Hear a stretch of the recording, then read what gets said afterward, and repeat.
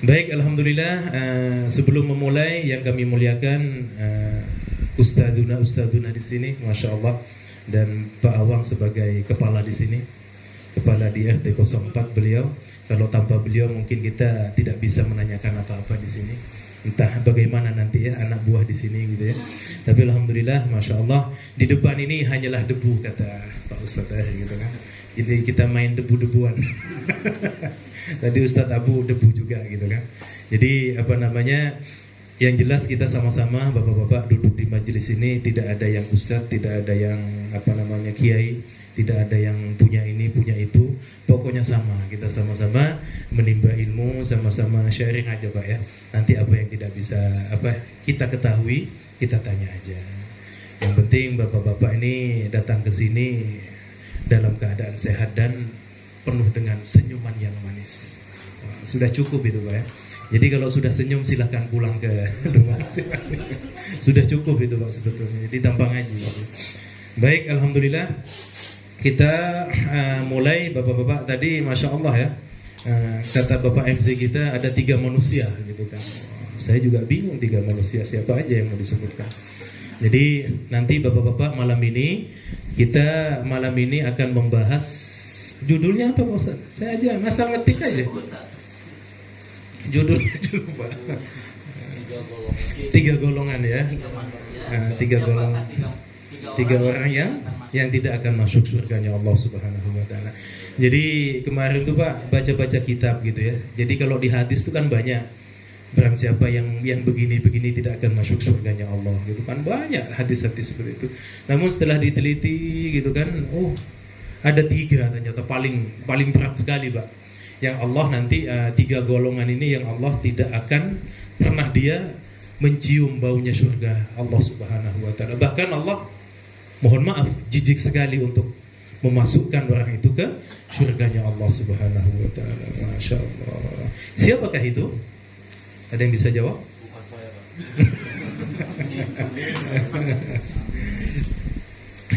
Alhamdulillah. Tenang aja Pak, minum dulu. Tidak ada yang di sini gitu kan. Amin gitu kan. Kalau ada yang di sini berarti saya juga kebagian. Tidak di sini Pak ya. Jadi bukan di sini. Baik Bapak-bapak yang dimuliakan Allah Subhanahu wa taala, malam ini mudah-mudahan menjadi malam sebagai cambuk kita, pengingat kita supaya kita ke depan makin cinta kepada Allah Subhanahu wa taala, makin istiqomah kepada Allah. Jadi dalam Islam itu Pak, kita ini hidup kalau kita iman kepada Allah, mengucapkan syahadat kepada Allah, tentunya kita sudah Islam. Imannya apa? Melaksanakan perintah Allah. Maka di situ ada kewajiban khusus dari Allah Subhanahu wa taala. Kewajiban kita inti kita ini kewajiban seorang hamba Allah hanya satu Pak sebetulnya. Yaitu apa? Ayo. Kewajiban kita hanya sholat itu aja Pak. Hanya sholat tok, nggak ada selain sholat. Jadi tingkatan sholat itu coba Bapak nanti baca-baca kitab, mulai kitab karangannya Imam Ghazali, Imam Syafi'i, mungkin semua imam. Tingkatan sholat yang dibahas itu di kitab itu tingkatan sholat. Karena sesungguhnya cintanya kedekatan Allah dengan hambanya itu hanya dalam selebihnya tidak. Selebihnya disebut muamalah. Muamalah apa? Ya bisnis bapak masing-masing. Bapak dengan anak-anak, dengan keluarga, semualah muamalah. Selebihnya adalah kedekatan kita dengan Allah. Di waktu kapan? Makanya Allah ngasih waktu hanya 5 waktu saja atas kesepakatan Nabi Muhammad pada waktu Isra. Nah, disitulah ini masih ada. Sudah habis ya, sudah masuk ke bulan Sya'ban. Makanya di Sya'ban ini disebutkan di sebuah kitab, ada sebuah kitab sangat bagus sekali menyebutkan bahwasanya Sya'ban ini paling bagus kita apabila mengamalkan satu kalimat, di mana kalimat itu, zikir itu dibaca oleh Nabi Yunus alaihissalam ketika beliau oleh Allah diuji kesabarannya, kemudian beliau ditelan oleh ikan. Apa kata beliau gitu kan, ya Allah, sesungguhnya maha suci Engkau ya Allah, dan tiada Tuhan selain Engkau, dan hamba ini adalah hamba yang zalim, pendosa kepadamu ya Allah. Itu Nabi Yunus Pak, itu Nabi. Nabi Yunus saja tidak melakukan kewajibannya dari Allah, langsung Allah tegur langsung Pak. Apa? Wah, langsung disiksa, langsung nyata gitu kan siksaannya. Tapi umat Nabi ini beda. Yang sholat dan yang gak sholat sama aja kan? Kita gak tahu Pak. Yang tahu hanya Allah. Jadi kedekatan manusia, Allah, hamba dan Tuhannya, kemudian Tuhan dan hambanya hanya pada waktu sholat. Itulah kelebihannya umat Nabi Muhammad SAW. Subhanallah. Itu saja Pak, satu poin. Kemudian Nabi Yunus mengaku kesalahannya, apa yang dikatakan oleh beliau dalam zikirnya, la ilaha illa anta subhanaka inni kuntu minadh dhalimin. Tadi kan sudah dibaca Pak. Itu di bulan Sya'ban, apabila kita membacanya sebanyak 15 kali setiap kali sholat, maka insya Allah dosa-dosa kita diampuni sebelum memasuki bulan suci Ramadan. Bulan suci Ramadan 20 hari lagi insya Allah, kalau tidak salah Pak ya. Tanggal 13 kita sudah masuk. Jadi mari sama-sama Bapak-bapak kita sucikan hati kita, jiwa kita dengan doa tadi, la ilaha illa anta subhanaka inni kuntu minadh dhalimin. 15 kali aja, gak usah banyak-banyak. Pak Ustadz kalau dilebihin 16 nggak ngefek juga. Karena aturannya di sini kata ulama lebih bagus 15 gitu kan. Ya kalau misalkan Bapak masih pengen lebih gitu kan, silahkan gitu kan. Sama seperti sholat lah Pak ya, sholat. Kalau sholat kan kewajiban gitu kan. Bapak ketentuan sholat 5 waktu, Bapak mau nambah lagi gitu kan, ya udahlah di double aja supaya lebih afdol. Nggak ada, nggak ngefek juga. Yang 5 aja dihilangin nggak ada. Ngambil yang 1 minggu sekali gitu kan, sholat Jumat gitu ya. Nah inilah bedanya umat Nabi Muhammad Sallallahu Alaihi Wasallam. Jadi kedekatan kita itu Pak, Bapak di Al-Quran yang disebut itu hanya sholat paling banyak. Itu Allah mewanti-wanti kedekatan saya itu, kata Allah, wa'bud, sembahlah aku, kata Allah. Itu perintah semua. Tidak ada Allah memerintahkan sholatnya dengan kata-kata lain. Jadi wa'bud gitu kan. Maka sembahlah aku. Ya itu patut, karena itu pakaiannya Allah. Sembahlah aku. Kalau manusia, sembahlah saya gitu kan. Oh tidak bisa. Itulah Allah. Itulah nikmat kita menjadi umat Nabi Muhammad SAW. Walaupun sholat ini 5 waktu Pak, Masya Allah keistimewaannya, Masya Allah, betul-betul dijaga gitu kan. Ya udah kata Allah, wahai Muhammad, engkau sudah selesai nih gitu kan, dari Sidratul Muntaha udah selesai, udah membawa oleh-oleh yaitu sholat gitu kan. Kemudian engkau sahkan gitu kan, sahkan kepada umat-umatmu. Kemudian umatmu nanti akan sholat sesuai dengan perintahmu dan perintahku. Maka saya juga ada hukum-hukum juga, ada konsekuensinya juga, kata Allah.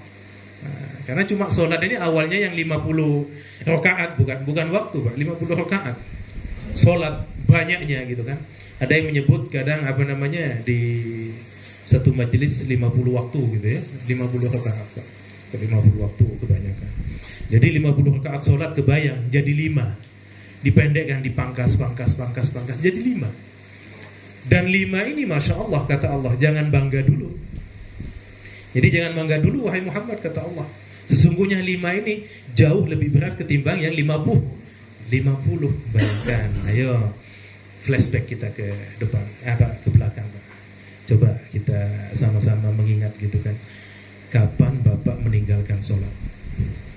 Di waktu, dari sejak hidup lah gitu ya. Waktu baliu.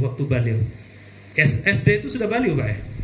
7 tahun, 8 tahun kan sudah masuk itu. 7 itu kan sudah mau masuk baliu gitu kan. Bahkan kalau di kitab 7 tahun anak-anak kita tidak sholat, wajib dipukul gitu kan. Tapi jangan kepala, tapi bawah kaki gitu kan. Jadi kapan Bapak meninggalkan sholat?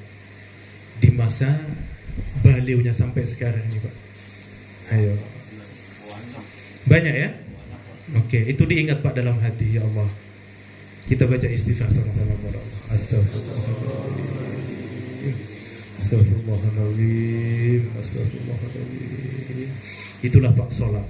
Kedekatan kita dengan Allah. Udah nggak apa-apa, nggak usah dijawab. Pak Ustaz, dulu saya waktu SMP. Udah itu flashback ke belakang supaya hati kita tahu, oh saya pernah meninggalkan sholat ya Allah, gitu kan. Ingat-ingat Pak, karena kalau kita tidak dengan hati, oh masya Allah, itu bahaya. Kenapa? Di situ tadi di temanya ada 3 orang golongan Pak, yang oleh Allah akan ditolak di surganya Allah. Jangankan masuk, wewangian surga aja dia tidak pernah akan menciumnya, yaitu yang meninggalkan sholat. Makanya saya tadi tanya bapak-bapak, kapan kita pernah meninggalkan sholat? Kita secepatnya baca istighfar kepada Allah, perbanyak istighfar Pak. Karena kata Nabi, orang siapa yang membaca istighfar sampai 100 kali Pak, setiap harinya, maka Allah akan ampuni segala dosa-dosa kita, baik yang disengaja maupun tidak, kecuali 1 dosa, yaitu syirkun lillah, syirik kepada Allah, menyekutukan Allah, menduakan Allah. Jadi menuhankan Allah dengan Tuhan yang lain gitu.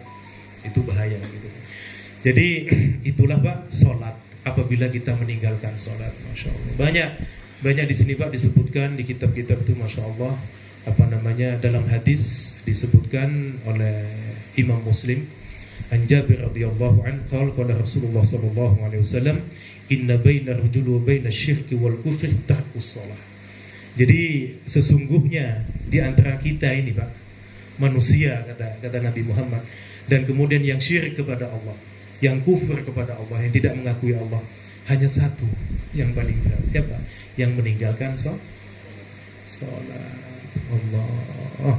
Jadi saya pun masya Allah dulu Pak, padahal udah balik gitu kan, mungkin ke bawah teman-teman gitu kan, happy main, meninggalkan sholat, tidak sholat. Ya Allah, pas diingat-ingat gitu, kita waktu malam ganti istighfar kepada ya Allah gitu kan, ampunilah segala dosa hamba ya Allah.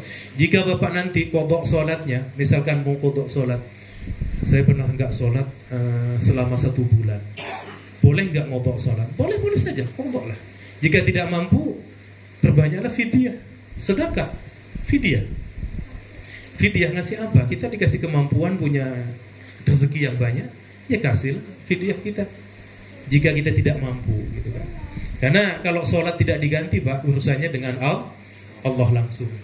Itu sholat. Jadi makanya tidak main-main sholat itu, masya Allah. Jadi masya Allah Pak ya, tidak bisa diungkapkan. Sholat itu masya Allah. Kata Nabi tadi, tidak bisa masuk surganya Allah, apalagi masuk, mencium aja tidak ada. Baunya surga itu kan nikmat sekali Pak, wangi gitu kan. Tapi dia tidak bisa menciumnya bagi yang meninggalkan sholat. Makanya hati-hati, Nabi pun, masya Allah, Nabi itu Pak berat sekali, walaupun 5 waktu, masya Allah Pak, berat sekali kata Allah. Pasti hambamu, umat-umatmu Muhammad pasti akan lalai dengan sholat. Karena kenapa? Allah kasih waktu-waktu yang sangat sakral sekali Pak. Ada 2 paling sakral, itu Isya dan subuh, waktu sholat. Jika ingin melihat muslim yang sejati, yang ikhlas, maka lihatlah sholatnya di waktu subuh dan Isya. 2 sholat itu. Kalau zuhur insya Allah tidak pernah meninggalkan sholat. Karena kalau kita di kantor kita, kalau sama-sama muslim pasti sholat. Ayo kita sholat dulu, pasti ada yang ingatkan. Tapi kalau sudah pulang nyampe rumah gitu kan, capek dulu, tenang dulu gitu kan, ngabisin dulu sebatang, ngopi dulu gitu kan, 2 batang lanjut gitu kan, pulas, hilang sholatnya. Apa kata dalam satu kitab, kata Imam Nawawi kalau tidak salah Pak, coba Bapak bayangkan, jika kita waktu malam kemudian terlelap Pak, kemudian bangunnya terlelap, kemudian Bapak tidak sholat Isya dan bangunnya tiba-tiba sudah di alam kubur, gimana Pak? Coba Allah, tidak sholat Isya, tiba-tiba pas bangun sudah di beda alam kita, berarti kita sudah meninggal dunia. Masya Allah, gimana coba sholat? Masih mau Pak, mau meninggalkan sholat? Mudah-mudahan kita diistiqomahkan oleh Allah. Jadi kalau Bapak istiqomah, nanti kita ingatkan kepada anak-anak kita. 1 Pak, nanti Bapak pesannya 1 aja. Kalau bapak nanti udah sukses kaya gitu kan, wah bisnisnya sudah di mana-mana, uangnya sudah enggak, wah semua bank di Indonesia ada gitu kan. Ingetin aja ke anak-anaknya, nah jangan lupa sholat. Anak itu pasti Pak kalau sudah dewasa, kalau sudah beranjak dia ada yang mondok misalkan ya, sudah 15 tahun ke atas sudah merasakan, oh ya Allah saya kok selalu diingatkan sholat ya. Nanti ketika menikah pasti akan ingat pesan-pesan bapaknya. Oh iya saya tidak boleh meninggalkan sholat dan sholat. Nabi itu Pak, diwanti-wanti, berat sekali kata Nabi. Jadi Isra itu tidak hanya sekedar jalan, pulangnya Nabi beban. Karena kenapa? Umatku tidak akan istiqomah sholat, sudah jelas itu Pak. Karena kenapa? Nabi Muhammad itu umatnya memang umurnya paling panjang ya Pak. Paling pendek. Tapi amalannya paling banyak Pak. Nah disitulah ujiannya. Siapa yang amalnya paling banyak, disitulah kita berkah Pak. Amal baiknya maksudnya, bukan amalan lainnya, tapi amal baiknya. Bayangkan ketika umat Nabi yang sekecil kita ini Pak, Masya Allah, istiqomah ngikutin sunnah-sunnah Nabi Muhammad, maka insya Allah dahsyat hidup kita. Bapak oke lah, saya tidak ingin mengajak Bapak, ayo malam ini kita sholat tahajud. Tidak, terlalu tinggi sholat tahajud bagi yang tidak biasa. Pak, sudah sholat isya semua? Sudah, alhamdulillah. Pak Isya doang. Pak Isya doang. Itu sholat Pak. Jadi kalau subuh contoh tahajud, nggak usah banyak-banyak lah, nggak usah kita ngajak sholat tahajud dulu gitu kan. Kita istiqomahkan dulu ya sholat 5 waktu, istiqomah aja itu Pak, jangan sampai hilang. Nah, yang diwanti-wanti itu hanya satu, yaitu sholat isya dan subuh. Kalau bisa subuh Pak, minta saya subuh kalau bisa jangan ya kalau misalkan mohon maaf Bapak memang kecapean, kemudian pulas sampai ketiduran, bangun jam 6, pas bangun astagfirullahaladzim. Itulah kalau langsung istighfar Pak, biasanya sudah biasa bangun sebelum subuh. Jadi merasa dosa, ya Allah, kenapa saya telat begini gitu ya, kecapean. Langsung dia wudhu, sholat subuh. Mau jam 6, mau jam 9, mau jam 10, langsung sholat subuh. Jangan dikokok Pak, nggak boleh, dosa kita. Sudah dapat 2 dosa itu, meninggalkan subuh dan kesiangan. Tidak boleh gitu kan. Jadi wajib tetap sholat subuh jatuhnya, mau jam 8, jam 7 dan jam 9. Atau mungkin nggak bangun-bangun sholat. Jadi seperti itu. Jadi subuh itu Masya Allah.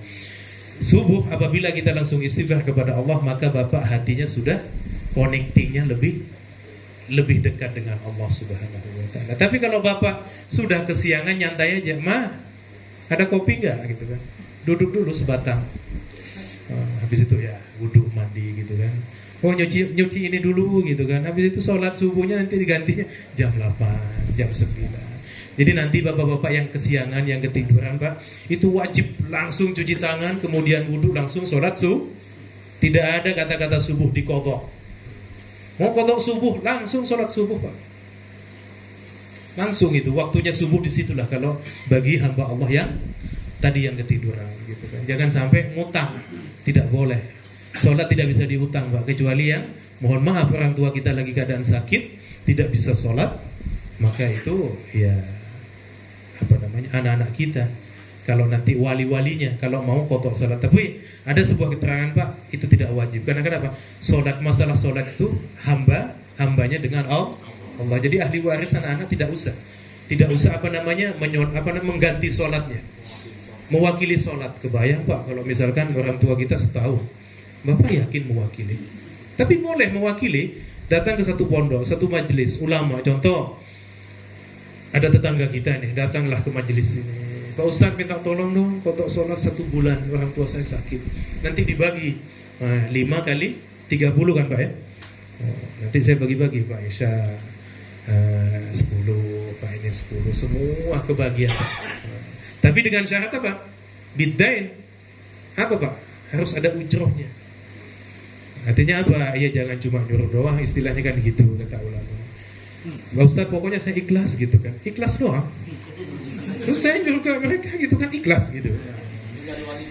Nah, jadi itu sebuah amalan. Sama seperti kita, Pak Ustadz mau haji ya, iya, saya nitipin orang tua hajikan gitu kan. Pokoknya saya pasrah ke Ustadz, ikhlas gitu. Tapi nggak mau apa-apa saya gitu. Loh, haji ada ujrohnya juga, ada ongkosnya. Menghajikan, namanya haji badal. Seperti itu. Itu boleh. Kalau ahli waris memang tidak kuat, takutnya apa? Ya kita nggak tahu kalau ahli warisnya ahli sholat gitu kan. Kalau nggak bisa sholat, mending kita upahkan saja, dibadalkan saja. Jadi Yasin, Yasin nih Pak ya. Semoga ini jadi cambuk kita ke depan, tidak tidak lalai dengan sholat. Semoga bapak-bapak majelis di sini makin istiqomah sholat. Takut Pak, masya Allah. Takut kita nggak masuk surga Pak, sayang. Udah bolak-balik ke masjid, sujud sana gitu, ke atas ke bawah gitu kan. Pokoknya kayak jogging gitulah ya.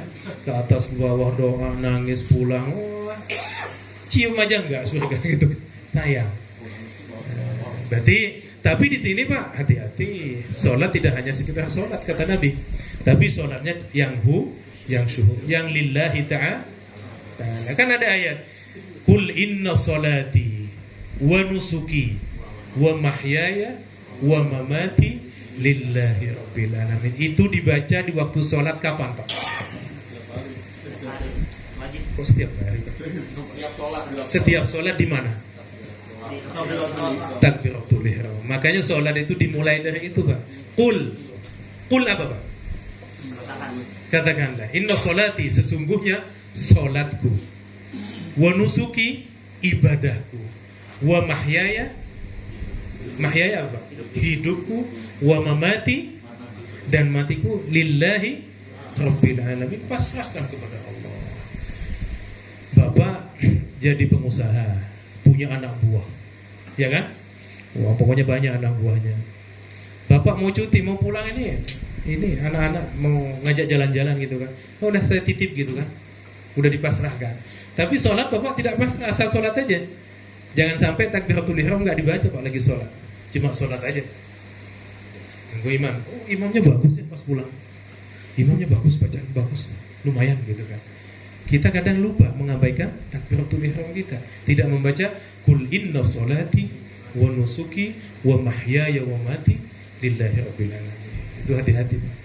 Pasrahkan kepada ya Allah, sesungguhnya salatku, ibadahku, hidupku dan matiku ya Allah, hamba pasrahkan kepadamu ya Allah.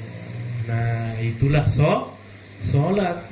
Pas sujud gitu kan, ingat subhana rabbiyal azim wa bihamdi. Ya Allah, sesungguhnya Engkau yang maha agung. Ketika ruku, a'la wa bihamdi misal, atau kebaliknya. Azimi sama, a'la wa azimi itu sama-sama agung maknanya, tinggi. Nah itu Pak. Jadi ingat dalam sholat yang khusyuk.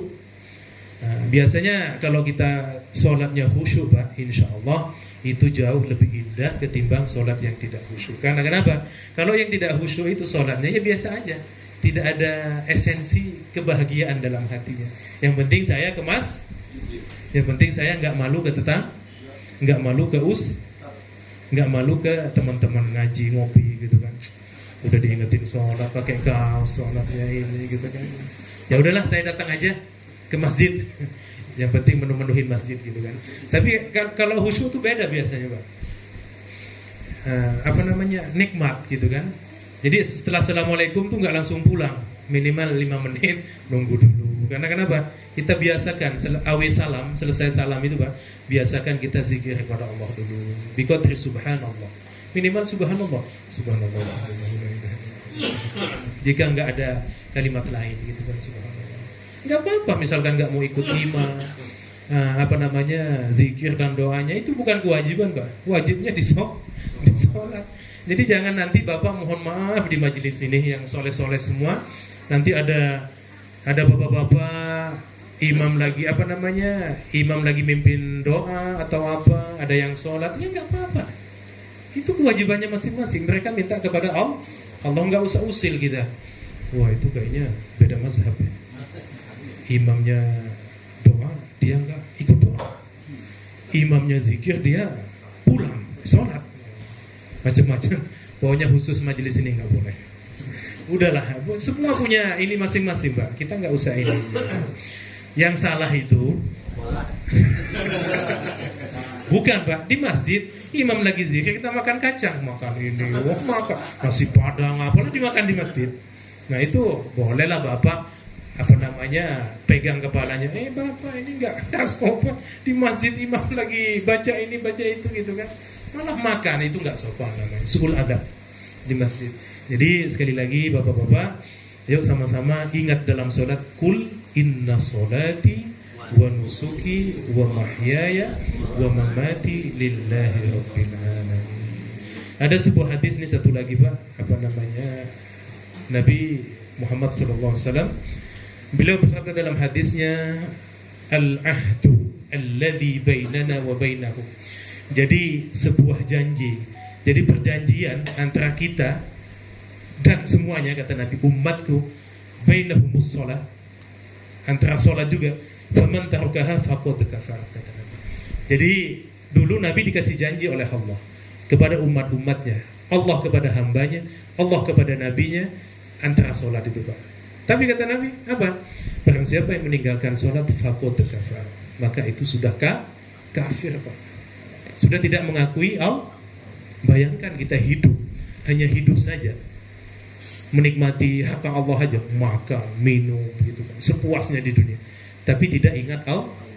Ingat Allah itu bukan cuma ya Allah, bukan begitu Pak. Kalau di Al-Hikam itu di tauhid, ingat Allah itu sebagai peduli kita cinta kepada Allah, maka sholat. Setinggi-tingginya tauhid, satu tauhid, yaitu sholat. Kalau kita nggak sholat Pak, berarti tauhidnya nggak ada, lemah tauhid kita. Karena doa, sholat itu kan urusan tauhid kepada Allah, penyatuan hamba kepada Tuhannya. Jadi ingat, sholat itu tauhid. Karena di sholat itu lengkap Pak. Sholat doa, macam-macam lengkap. Minta kepada Allah. Minggu lalu dibahas juga oleh Ustaz Ari ya. Jadi kodratnya kita itu mau yang 1, 2 dan 3 gitu kan. Kuadrat ya, bukan kuadrat. Kuadrat ya. Apa Pak? Kuadrat kita.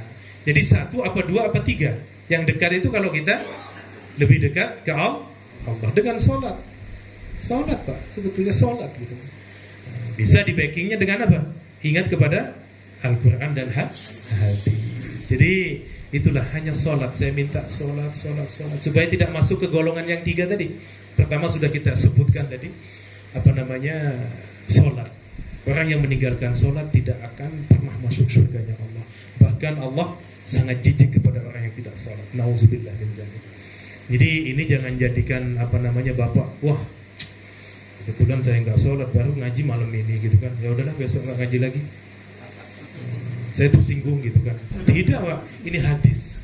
Saya hanya mengingatkan Yasin dan bapak-bapak majelis ini supaya ke depan yang biasa meninggalkan sholat seperti saya dan mungkin yang lain, mari sama-sama kita lebih istiqomah. Setuju bapak-bapak ya? Jangan sampai Allah dalam Al-Quran, fawailul lil musallin alladzina hum an sholatihim sahun, kata Allah. Maka celakalah, kata Allah, orang-orang yang sholat namun sholatnya lalai. Kalau lalai itu berarti nyantai. Lalai itu sebetulnya nyantai Pak. Kebanyakan nyantai kita, nggak sholat. Jadi ayo bapak-bapak, anak-anak kita ingatkan sholat. Ingatkan istri kita mungkin sibuk jualan, mungkin ya sambil jangan lupa ya sholat. Itu bagus Pak, pahala Pak. Insya Allah mungkin dengan sholat, Pak Ustadz saya sholat, tapi kok nggak kaya-kaya gitu kan. Memang sholat ada jaminan kalau sholat kaya Pak? Nggak ada. Memang kalau kita sholat yakin Bapak sehat? Tidak ada. Cuma kalau kita sholat Pak, tauhid kita sepenuhnya diserahkan kepada Allah. Apa kata Allah? Kalau engkau sholat, kalau engkau iman kepadaku, menyembahku, maka semuanya akan saya kasih. Itulah arti sholat. Jangan Bapak nanti komplain, kita udah sholat Pak Ustaz, udah ke masjid, tapi utang makin banyak. Tapi nggak kaya-kaya gitu kan. Saya sholat nih, tapi kok ya Allah nggak cukup gitu ya. Ya Allah. Jadi itulah ya Pak Wen ya. Siap. Saya itu Masya Allah beliau ini Pak. Beliau itu dalam apa namanya Pak ini? Kalau orang melihat apa namanya Pak? Terawangan saya gitu kan. Beliau ini Masya Allah masih pengen dalam hatinya, ya Allah tulus. Mudah-mudahan, jangan mudah-mudahan, semoga oleh Allah beliau secepatnya diberikan keturunan. Jadi harapannya banyak Pak beliau. Di sini siapa lagi Pak yang belum punya momongan? Ada? Masya Allah. Pak Awang mah ngomong cucu itu.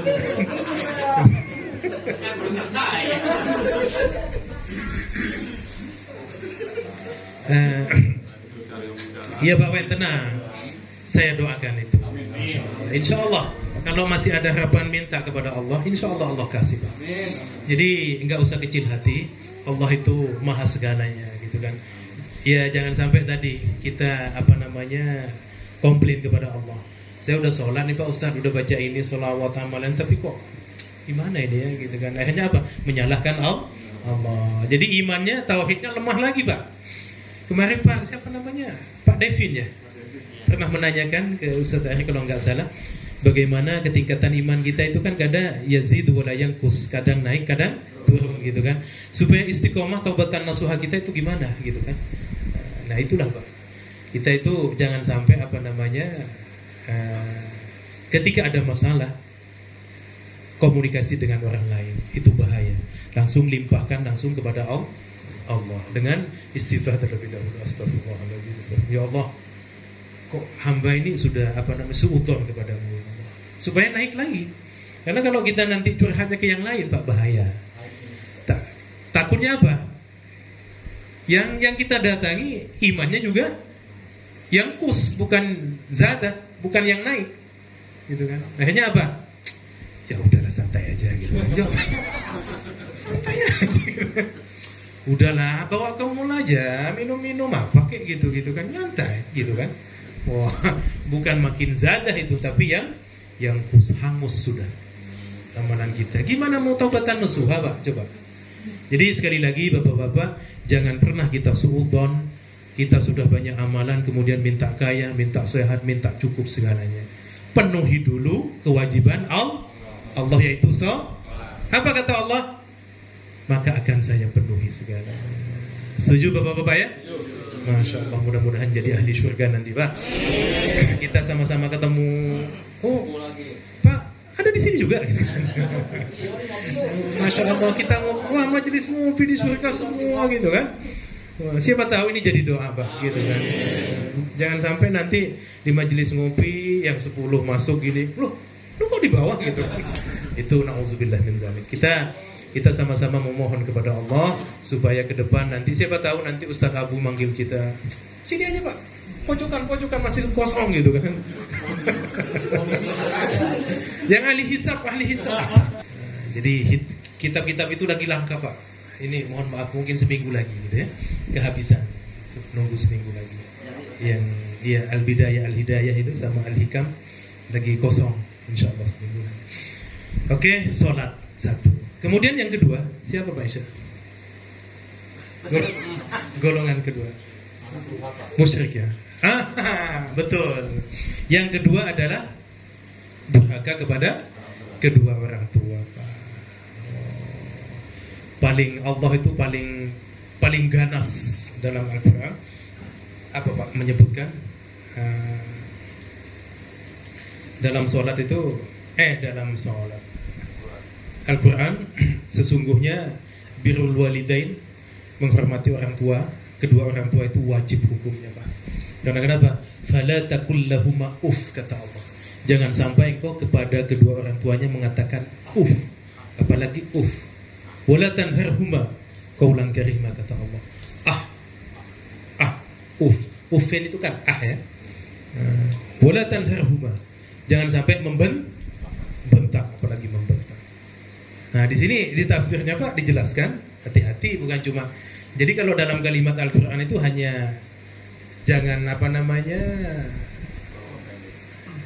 kalimatnya saja kita baca dan artinya, tapi itu masih banyak penafsiran, Pak. Jadi di sini disebutkan walidain itu siapa yang masih ada orang tuanya, Pak. Kalau saya sudah anak yatim, yatim piatu, sudah tidak ada semua. Oh, masih banyak ya. Masih, Masya Allah, Alhamdulillah.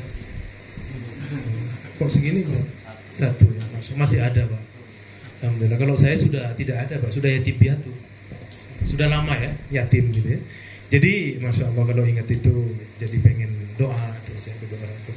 Jadi mumpung ada nih bapak-bapak kesempatan emas. Karena di golongan 3 golongan tadi dibaca, Masya Allah, Pak. Jadi orang yang menyia-nyiakan orang tua kita, umi kita, mungkin abi kita, Masya Allah, Pak. Karena kedua, ada pengganti kita ini, orang tua kita. Kalau masih ada mertua, maka silakan dimuliakan. Karena itu pengganti. Yang masih punya mertua, Pak, saya masih ada mertua satu gitu kan, ibu gitu kan. Tapi itulah orang tua saya, Pak. Tapi kalau yang asli gitu kan sudah tidak ada semua. Nah, itu kesempatan emas, Pak. Kita sebagai anak soleh mendoakan kedua orang tua kita yang sudah meninggal. Tapi yang masih ada ini, Pak, jangan sampai kita menyakitinya. Kemudian dalam tafsir dikatakan jangan sampai kita mengasingkannya. Apa mengasingkan? Jangankan nelpon, jangankan mendoakan, jangankan ingat, tidak sama sekali. Seolah-olah kita, ya udahlah, saya sudah hidup cukup, saya sudah nyaman, ngapain? Saya sudah punya istri, punya anak, punya tetangga. Orang tua kita lupa. Allah, na'udzubillah min dzalik. Malah biasanya, Pak, sesuatu itu kata Imam Syafi'i, sesuatu yang ada kalau disia-siakan itu akan berharga ketika sudah tidak. Pasti Bapak akan menangis. Yang ada disia-siakan. Contoh majelis ini, sudah ada majelis tapi kita sia-siakan. Udah nanti aja. Gitu kan. Udah tahu ada majelis tapi tidak pernah datang sedikit pun. Nanti kalau sudah kita lagi kepentok, ya Allah, kenapa sih dulu saya tidak ke majelis itu gitu kan. Sama seperti itu. Itu beda. Karena ini masih ada ampun. Tapi kalau kita menyia-nyiakan kemudian durhaka kepada bapak ibu kita, maka jangankan masuk surga, mencium baunya tidak. Jadi saya hanya mengingatkan ke saya, Pak. Saya sekarang, Pak, Masya Allah, merasa berdosa gitu. Untungnya, Pak, permintaan beliau pengen haji, wow, kita tunaikan haji. Pengen umroh, kita ajak gitu.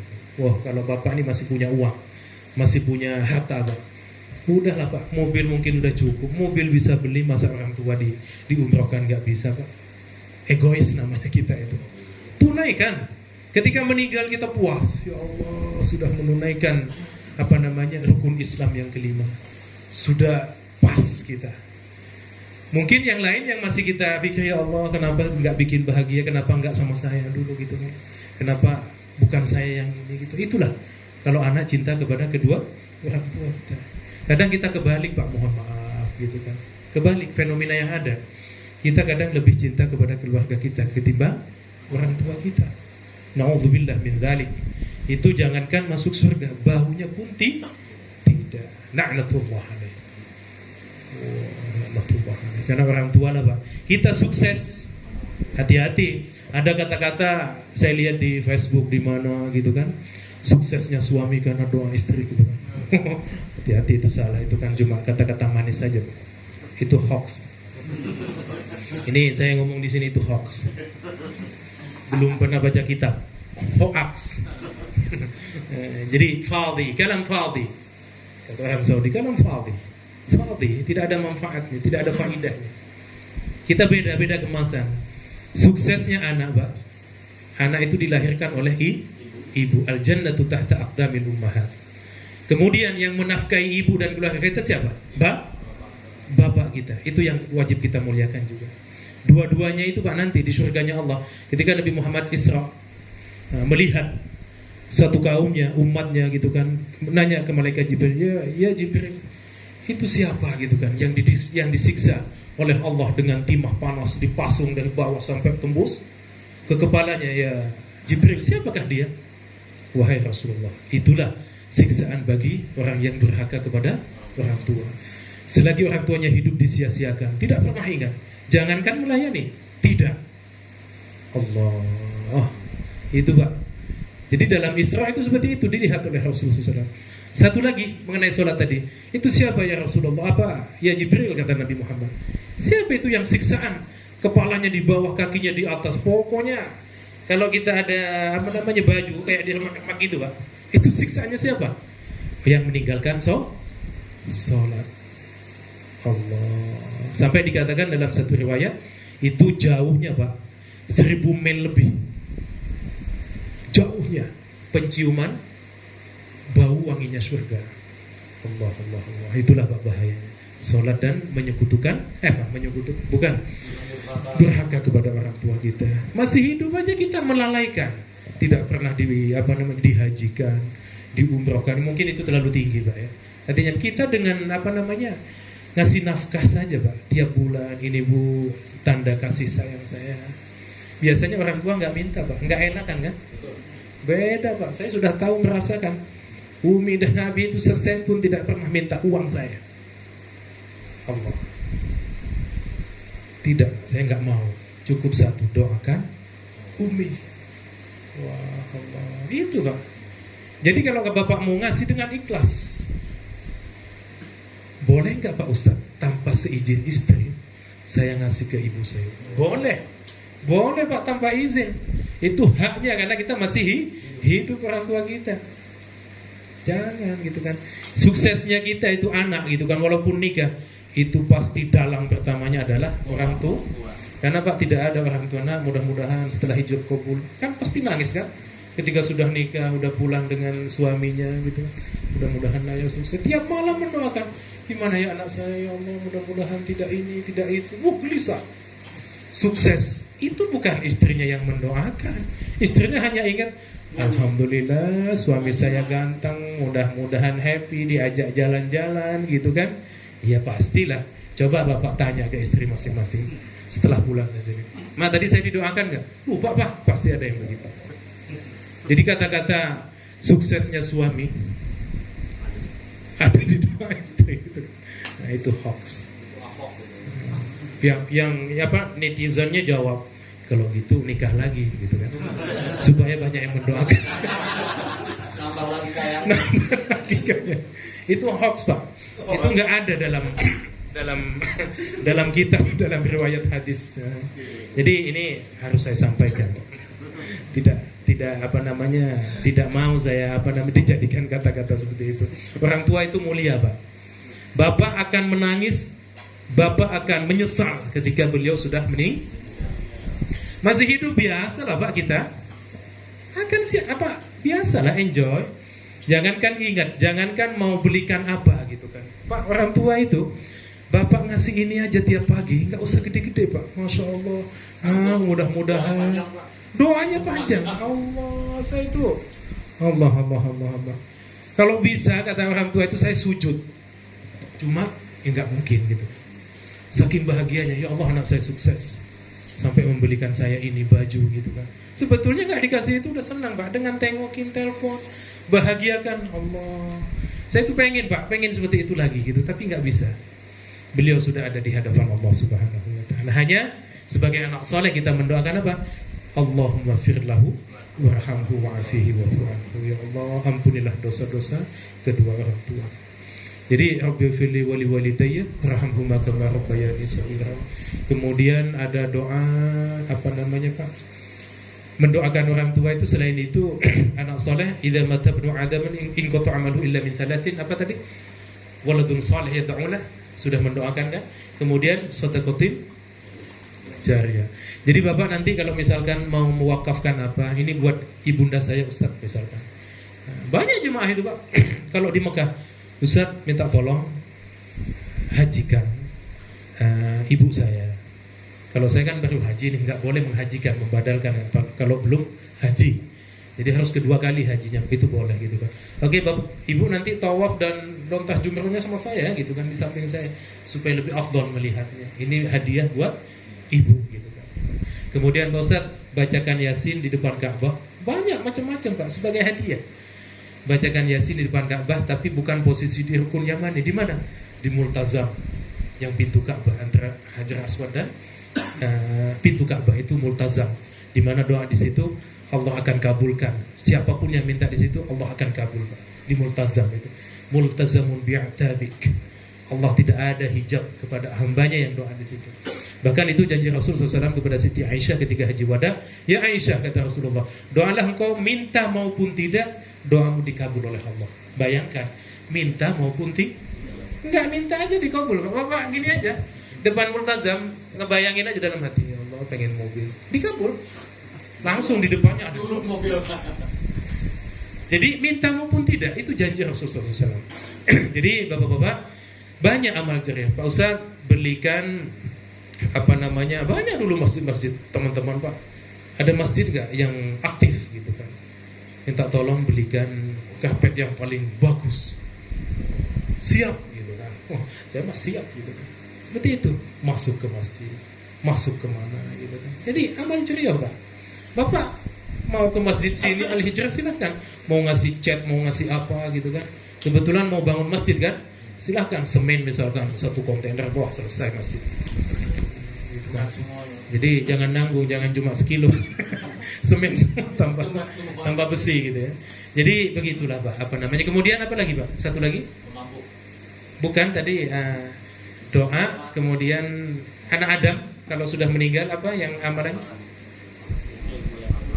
Ilmu yang bermanfaat. Seperti ibu bapak-bapak di sini, kalau sudah ngaji, alim, baca Al-Quran udah bisa, ilmunya bermanfaat, maka bisa mendoakan kedua orang tua kita dan bisa mengamalkan Pak, diamalkan lagi ilmunya.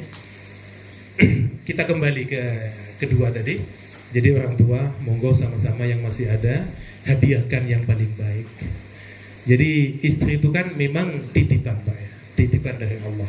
Jagalah mereka, anak-anak kita. Tapi jika masih ada kedua orang tua, maka utamakanlah beliau, berikanlah yang paling baik. Kalau bapak punya uang, hajikan Pak, umrohkan Pak. Enggak minta mobil orang tua, ngapain mobil?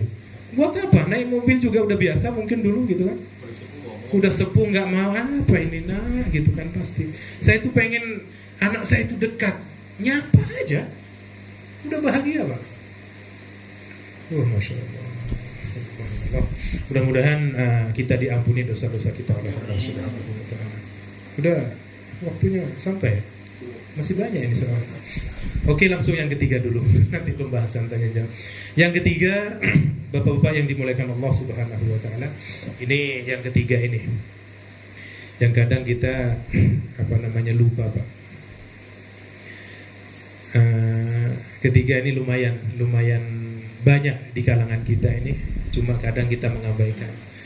Adalah ini langsung jawabannya adalah orang yang mengambil bukan haknya. Tahu Pak bukan haknya? Masuk ke kategori apa itu Pak? Korupsi boleh. Kemudian apa lagi? Boleh Pak, boleh masuk. Ada lagi? Ini ada satu hadis Pak menjelaskan, Masya Allah. Man akhadha shibran minal ardi dhulman fa innahu yutawwaquhu yawmal qiyamati min sab'i ardina. Jadi barang siapa yang mengambil sejengkal tanah secara zalim, maka Allah akan menggulungkan 7 bumi kepadanya kelak di alam kubur. Masya Allah. Bapak ada nggak yang dulu di kampungnya di mana mengambil tanah orang lain bukan haknya? Apa namanya itu Pak? Ya, masalah patok-patok mematok gitu kan. Oh ini hak saya gitu kan. Tapi kalau di sini enggak. Biasanya di sini bukan itu Pak, bukan mematok apa, tapi jalan. Haknya jalan diambil. Dibikin apa yang harusnya begini, kata developernya begini, kesini dikit. Cuma setengah senti. Besoknya aman Pak RT-nya enggak ini, maju lagi setengah senti. Full habis jalan. Ada nggak yang seperti itu Pak? Ayo. Ada nggak yang nggak sesuai dengan rumah kita? Kemudian ada yang begini? Zulman yaumul qiyamah. Allah, jangankan masuk surga, mencium baunya aja tidak. Allah. Dan saya mengingatkan kembali, Bapak mengingatkan saya, kalau bukan haknya, jangan kita ambil. Bukan haknya, apalagi korupsi, na'udzubillah min zalik. Mudah-mudahan bapak-bapak yang kaya-kaya di sini, yang banyak hartanya bukan mafia-mafia seperti itu. Mafia tanah, mafia uang. Kenapa Pak? Yang ahli-ahli begitu tuh selalu tenang dan pengen terus. Kenapa? Itu adalah namanya apa Pak? Istidraj dari Allah.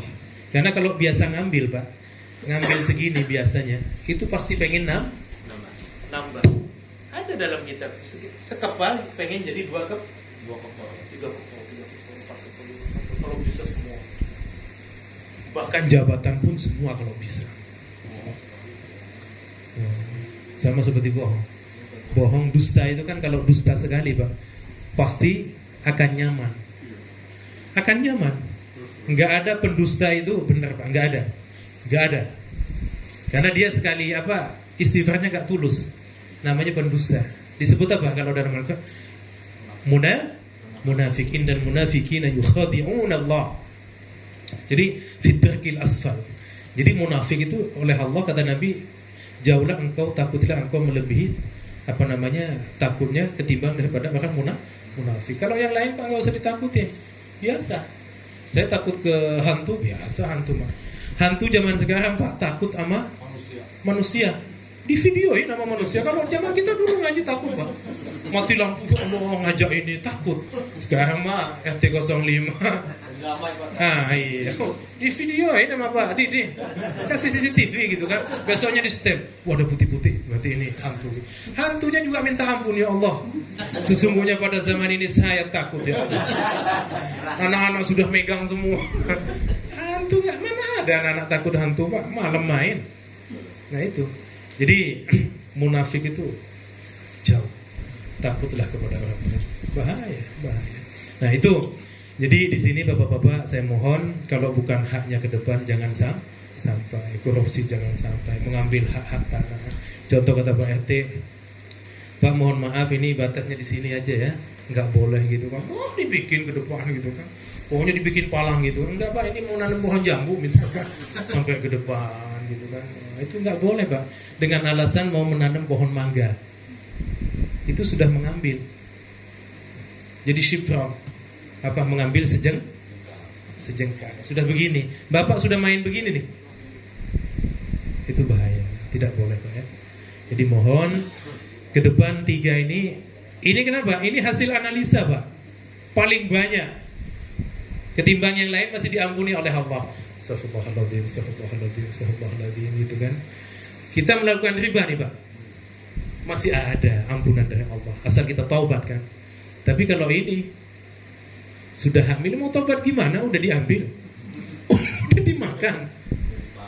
Boleh boleh kita gitu kan. Minta ampun kepada Allah silahkan gitu kan. Tapi nanti kata Allah, urusannya belum selesai. Ketika engkau kembali kepada saya kata Allah. Apalagi masalah bumi itu Pak. Bayangkan 7 bumi akan digulungkan nanti.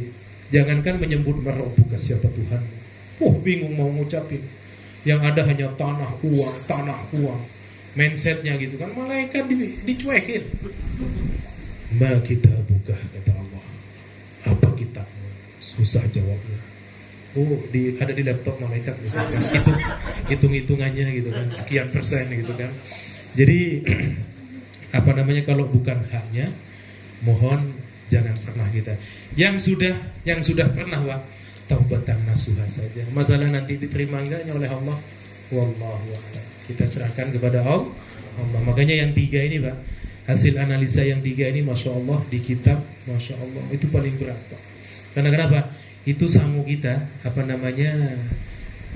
buat bekal kita nanti Pak, ke akhirat nanti sangat lumayan.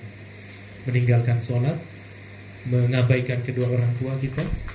Kalau bentak sih mungkin tidak mungkin gitu ya, membentak sudah bukan zamannya. Tapi menyia-nyiakan, lebih cinta kepada keluarga kita, itu mungkin ada. Nah itu. Kemudian yang ketiga tadi, bukan haknya. Jadi ahli korupsi itu selalu nyaman, selalu bebas, selalu tenang. Coba Pak, pengen aibnya ditutupi, pengen nanti korupsi lagi dan aman, disogok lagi. nyawer lagi. Kemudian diambillah oleh yang tadi si penerima supaya lolos. Jadi ingat kata-kata ini, nggak usah disebut. Ini live. Dan kemudian Pak, ahli yang mengambil bukan haknya itu biasanya Pak, selalu mengabaikan perintah Allah Subhanahu wa taala. Jadi dua itu akan hilang. Nanti akan dikutuk oleh Allah. Orang tuanya akan diabaikan, kemudian sholat pun diabaikan. Nah, itu udah pasti Pak, itu kutukan dari Allah Subhanahu wa taala. Dan jangan salah, ada kata-kata 7 turunan tidak akan berkah itu. Kaya di dunia, tapi nanti akan belangsang kita di neraka gitu kan. Itu ya silakan, yang mau melaksanakan monggo gitu kan. 3 ini Masya Allah, mudah-mudahan kita dijauhkan oleh Allah. Karena dalam hadis ar-rashi wal murtasi finnar itu kan, yang menyogok dan yang disogok sama-sama tempatnya di neraka. Hati-hati yang sogok. Jadi jangan Bapak membuka pintu bagi orang yang nyogok-nyogok itu. Apalagi mungkin nanti ya mohon maaf ada yang mau mencalonkan sekian lagi gitu kan, kemudian bos ini pilih saya aman gitu kan, nomor rekening aja gitu kan, jadi nggak ketahuan kan amplopnya gitu kan, itu bahaya. Jadi sama yang menyogok dan yang disogok sama Pak, dua-duanya sama. Jadi hati-hati dengan hal itu tanpa menyinggung sedikit pun, karena ini tadi kata Pak Ustadz dari dulu minggu yang lalu, dakwah itu hanya menyampaikan. Pahit itu udah biasa, dimusuhi udah biasa Pak, dicuekin udah biasa. Itulah dakwah gitu ya. Suka dan tidak suka wallahu a'lam. Ini hanya menyampaikan. Semoga Pak dengan ini kita sama-sama sadar kepada Allah Subhanahu wa taala, sesungguhnya manusia ini dhaif, tidak ada apa-apanya. Sesungguhnya manusia ini hanya numpang kepada Allah. Dan sesungguhnya manusia hidup pasti akan ada dan akan kembali kepada Allah. Dan apa yang kita punya tadi Pak, yang sudah mati-matian diambil bukan haknya, menyiksa kemudian meninggalkan sholat, pasti semua akan ditinggal dan akan dipertanggungjawabkan. Wallahu a'lam bishawab. Aqulu qouli hadza. Assalamualaikum warahmatullahi wabarakatuh.